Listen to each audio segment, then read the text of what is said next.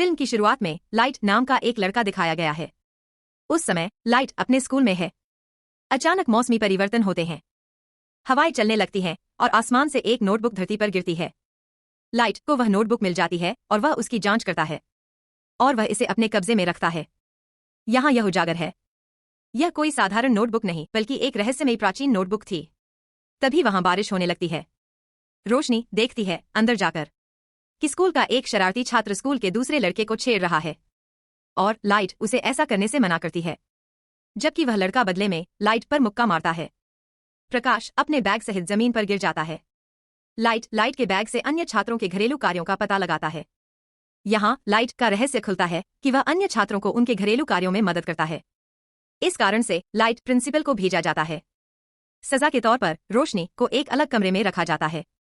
एकांत में बैठकर उसे वह प्राचीन नोटबुक याद आती है। फिर वह उस किताब को पढ़ना शुरू करता है। यह कोई सामान्य नोटबुक नहीं थी, लेकिन उसमें नियमों की बातें भरी हुई थीं। इस नोटबुक को रखने के भी नियम कायदे थे। ऐसा लगता है कि यह नोटबुक बहुत समय पहले की है। इस नोटबुक का वर्णन करने के लिए लाइट शब्द सही नहीं लगता। जैसे ही वह नोटबुक देखता है, अजीब चीजें घटित होने लगती हैं।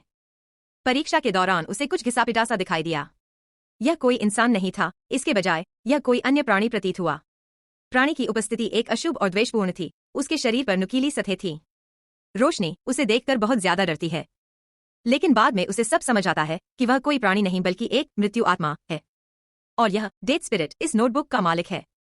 डेथ स्पिरिट लाइट को इस नोटबुक की वास्तविकता के बारे में बताता है कि यह क्या कर सकता है। इस पुस्तक में कुछ विशिष्ट नोट्स हैं जिन्हें डेथ नोट्स कहा गया है और इस किताब का रखवाला इस नोटबुक का मालिक है। इसका मतलब है कि उस समय इस नोटबुक का मालिक लाइट था। इस नोटबुक का महत्वपूर्ण तथ्य यह है, इसके डेथ नोट पर किसी भी व्यक्ति का लिखा नाम जल्द ही मर जाएगा। नोटबुक का मालिक अपनी पसंद के अनुसार किसी को भी मार सकता है। जैसे लाइट चयन के बाद नोटबुक में किसी भी तरह की हत्या लिख सकता है। फिर पीड़िता लिखित बयान के मुताबिक मर जाएगी, लेकिन ऐसा करने के लिए मालिक को कुछ नियमों का पालन करना होगा। रोशनी को अभी इस पर भरोसा नहीं है। किताब के साथ डेथ स्पिरिट उस व्यक्ति के सामने दिखाई देता है जो उस समय नोटबुक का मालिक है। मौत की आत्मा लाइट से कहती है, तुम्हें 7 दिन के अंदर नोटबुक में कम से कम एक नाम लिखना होगा।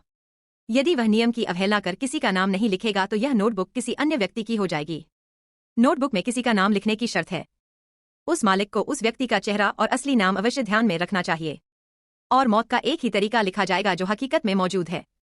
मृत्यु आत्मा प्रकाश से कहती है, आपको इस नोटबुक को अवश्य लागू करना चाहिए। तभी रोशनी कमरे की खिड़की से उस शरारती लड़के को देखती है जो उस वक्त किसी को चिढ़ा भी रहा है और उसने लाइट भी मारी थी। डेथ स्पिरिट से सहमत होकर लाइट नोटबुक में उस लड़के का नाम लिखता है। वह उस लड़के के लिए मौत का रास्ता लिखता है क्योंकि उसका सिर कुचल दिया जाएगा। फिर बाहर का नजारा दिखाया जाता है जो तुरंत बदल जाता है। 2 कारें आपस में टकरा गईं, जबकि एक कार में लोहे की सीढ़ियां थी जिनसे उस लड़के का सिर हकीकत में कुचला गया है।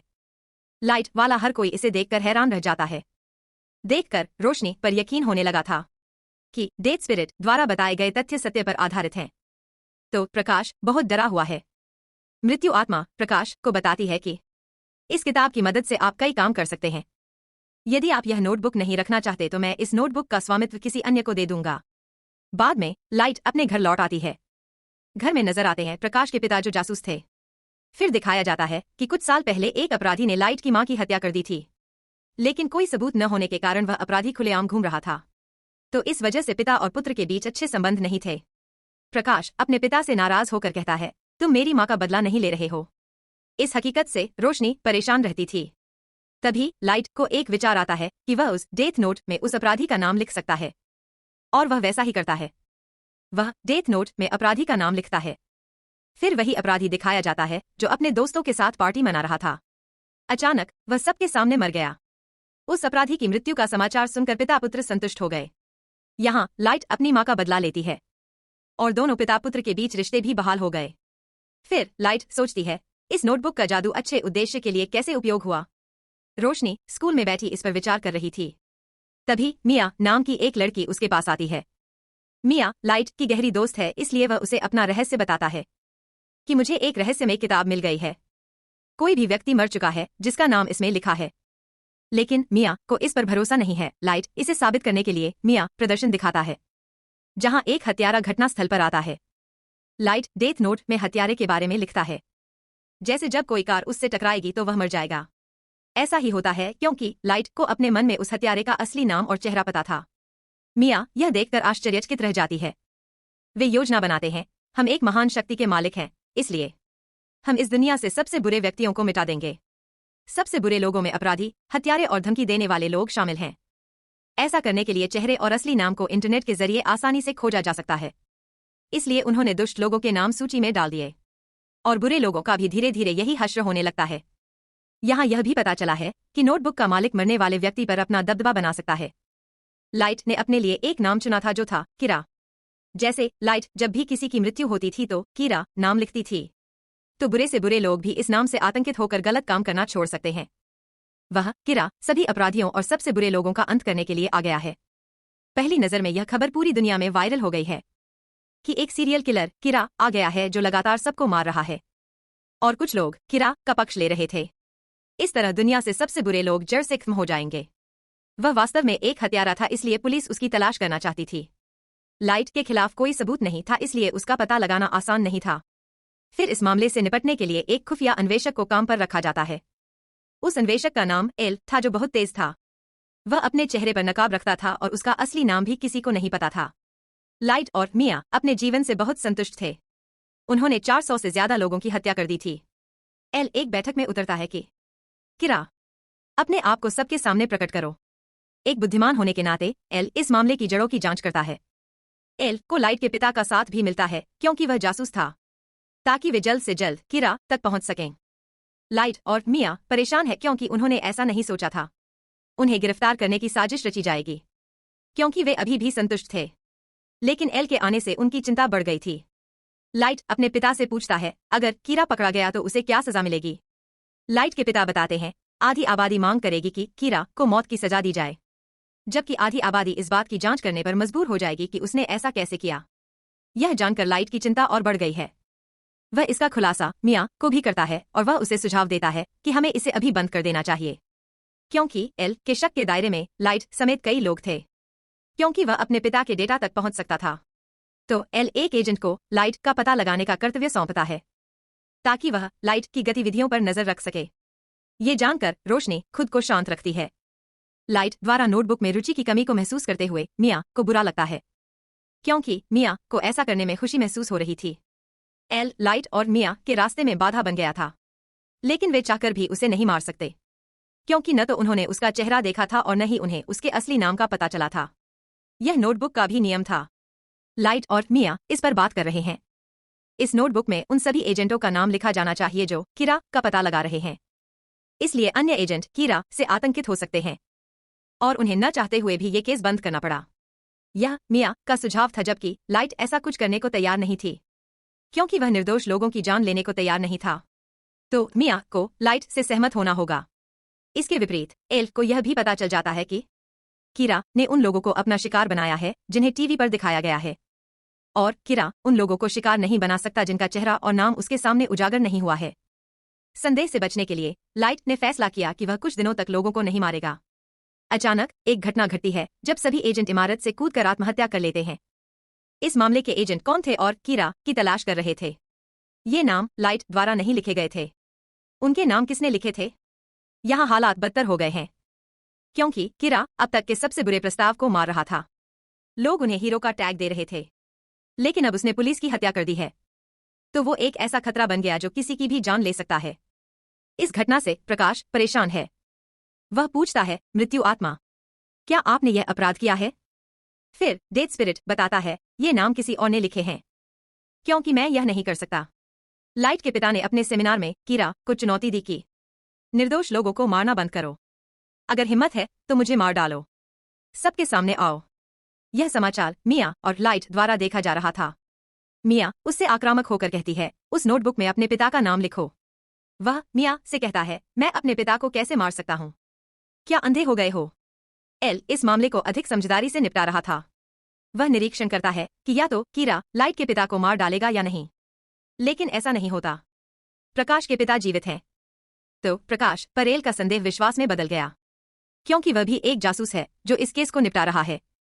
लेकिन वह कीरा का शिकार नहीं बने, तो कीरा कोई और नहीं बल्कि लाइट है। तो रात में एल का सामना प्रकाश से होता है। वह उससे यह जानने का प्रयास करता है कि आप कीरा हैं। एल भी लाइट से पूछताछ करता है, उसका चेहरा उजागर करता है।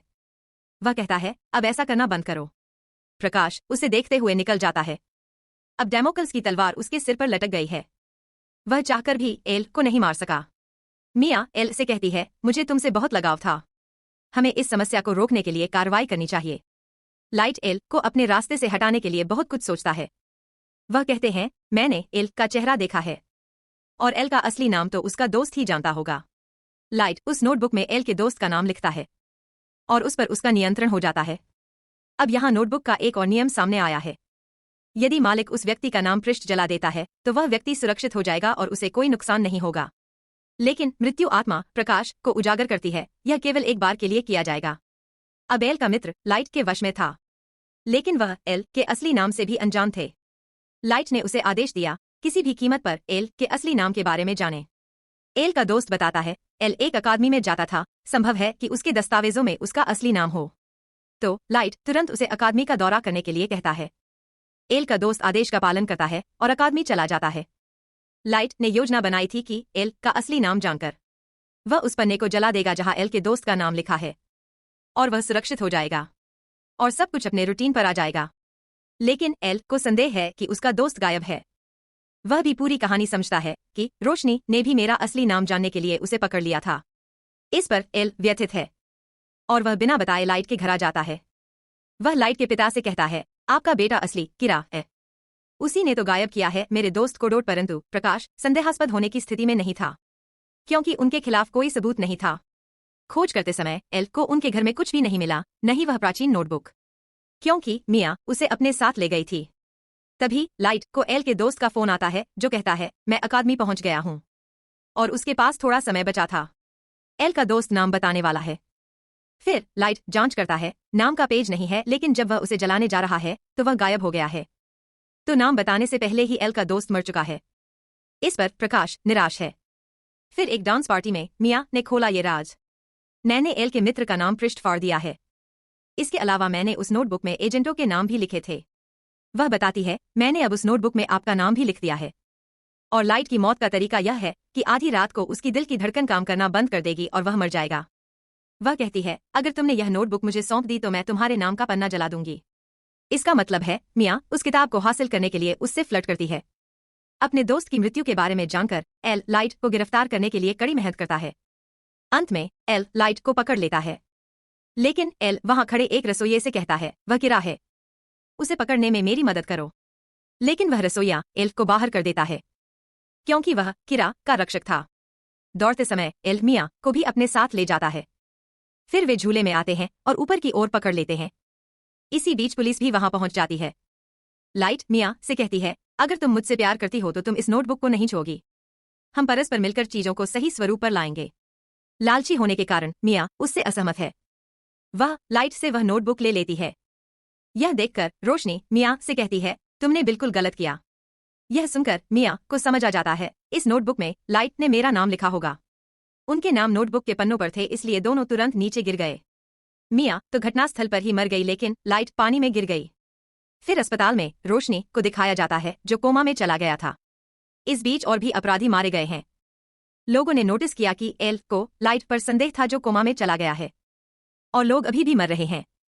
तब मुझे ध्यान आया कि जब मिया और एल झूले से नीचे गिर रहे थे तो उस नोटबुक से एक पन्ना अलग हो गया और उसे जला दिया जाता है और उस पन्ने पर नाम लिखा था लाइट। लाइट ने समझदारी से काम लिया था, जैसे कि जब उसे पता चला कि मिया ने नोटबुक में उसका नाम लिखा है, फिर उसने किताब में लिखा, मिया मर जाएगी अगर वह उससे वह नोटबुक वापस ले आएगी, और जिस पेज पर लाइट का नाम लिखा है उसे जला दिया जाएगा और प्रकाश पानी में गिरेगा। उन्होंने किताब में सबसे बुरे लोगों के नाम भी लिखे थे। एक भ्रष्ट डॉक्टर लाइट को गहराई से बेहोश कर देता है और उसे पानी से बाहर लाता है। बाद में वही डॉक्टर आत्महत्या कर लेता है। फिर दूसरा आदमी उस नोटबुक को ले लेता है। वह उस नोटबुक में कई बुरे लोगों के बारे में लिखता है। बाद में वह आदमी उस नोटबुक को लाइट के पास लाता है जो कोमा से बाहर आ चुका था। इसके बाद एल को समाप्त कर दिया जाता है, लेकिन उसे आखिरी बार मिया के घर का पता चलता है और उसे मृत पुलिस अधिकारियों का नाम मिलता है। तो सारे आरोप मिया पर लगते हैं। प्रकाश भी पूरी तरह ठीक हो गया था और उसे वह नोटबुक भी मिल गई थी। लेकिन उसने सबक सीख लिया था कि अब वह किसी पर भरोसा नहीं करेगा। और फिल्म भी इसी सीन पर पूरी होती है।